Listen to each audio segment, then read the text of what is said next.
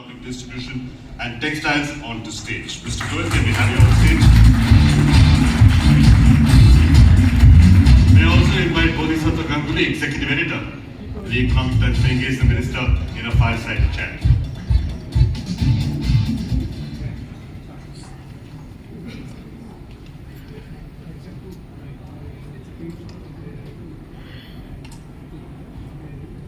So, thank you, Minister, for doing this. Also, wanted to thank Mr. Vaishnav for that very detailed presentation. For both of you, it's the second time actually this year, but that's because our schedule got a little bit helter-skelter because of COVID. Hopefully, it'll come back to once a year routine from 2023. Anyway, so startups are doing so well. Even if you were to award them twice a year, you would still not be able to recognize that. You're absolutely right, because some of our lists of nominees are actually so strong that one feels bad, because I've been part of the selection process, also selecting one winner. I think they're all winners, and it's a great city. Just wanted to, so there are many questions that one can ask you, from exports to FTAs and industry in general. But let me just start off with a startup-related question, because obviously India has emerged as one of the largest startup ecosystem in the world, the third largest after the US and China. We've now had hundreds of unicorns. Now, obviously, how do you see this playing out with the global economy now, seeing a flight to safety? There is risk capital is obviously declining. Risk appetite is declining. Do you think India can be some kind of a safe haven as far as startups is concerned?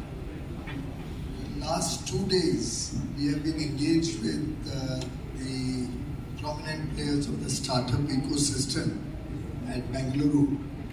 And I must say the enthusiasm, the energy was truly infectious. The mood is very good. And this morning, in one of the presentations that was made before all of us, one of the important elements that was made out was easy money never helps a startup succeed. A little tight-fisted, tough time is always good for a startup to come up with innovative ideas, with better thought processes and more affordable solutions to our day-to-day problems. And therefore, I don't see capital determining the success or failure of our startups. Our startups are very much focused on game-changing ideas.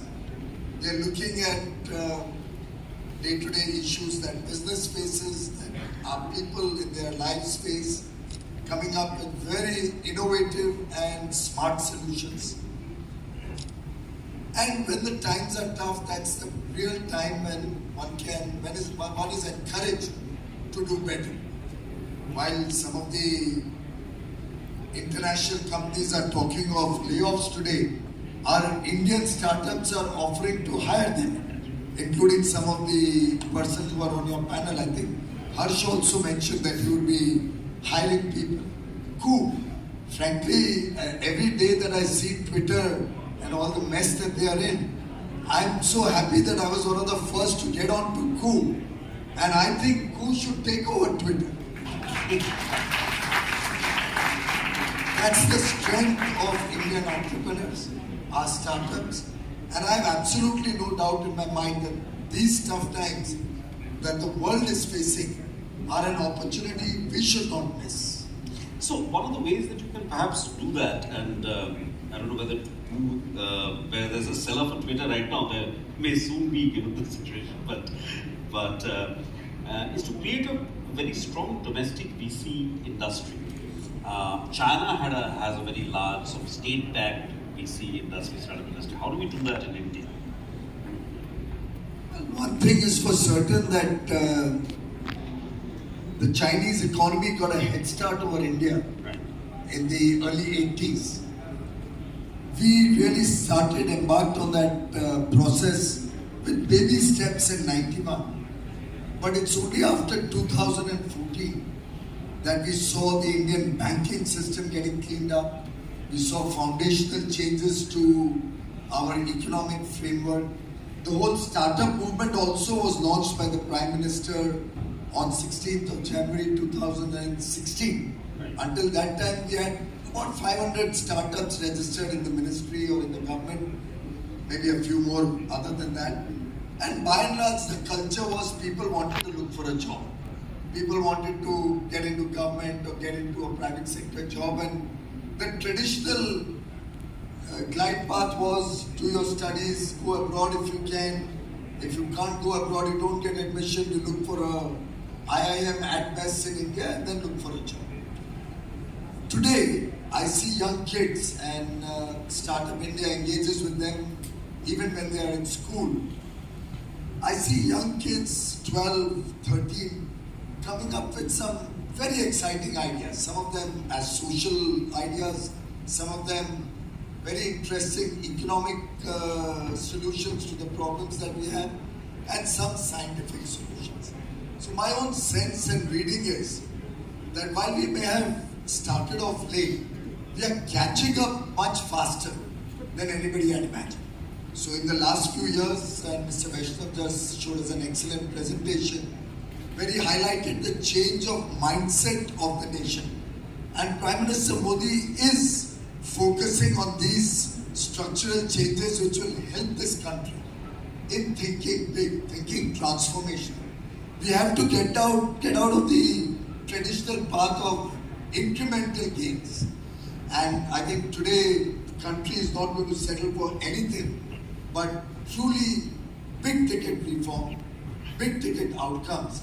And therefore, despite the COVID pandemic, despite the geopolitical situation being so worrying across the world, the entire planet today recognizes that India is that bright spot. Whether you talk to an economist, whether you talk to world leaders, talk to any banker, they all recognize India is the bright spot. India will lead the charge, the revival of world economies. And I personally believe that India should not be planning for anything less than a $30 trillion economy as the base case when we celebrate India at 100 in 2047.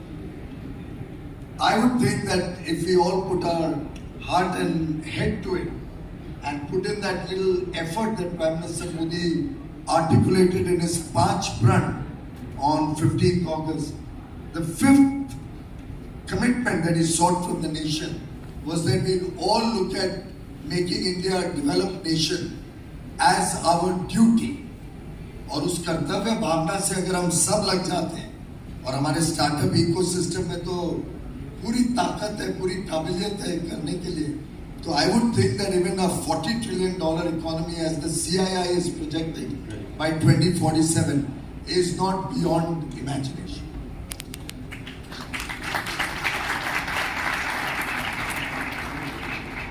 Let's hope that happens. We'll soon be I think the third largest by hopefully the end of this decade, even according to most projections. But aspire for more. No, yeah, of course.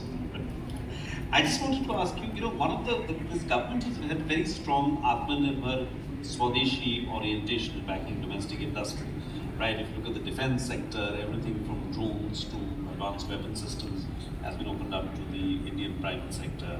Space, we just saw the first private sector space launch, earlier this week. With specifically for the startup sector, and one can even bring in events like the Ukraine war, the sanctions that were imposed on Russia. Now, whether justified or not, there are lessons. For example, WhatsApp, you would argue is essential infrastructure in India. So how does that? Obviously, who is an alternative to Twitter? And let's see how that happens. But what is your thinking in this regard? First of all, Bodhi, I think the media also needs to change its mindset.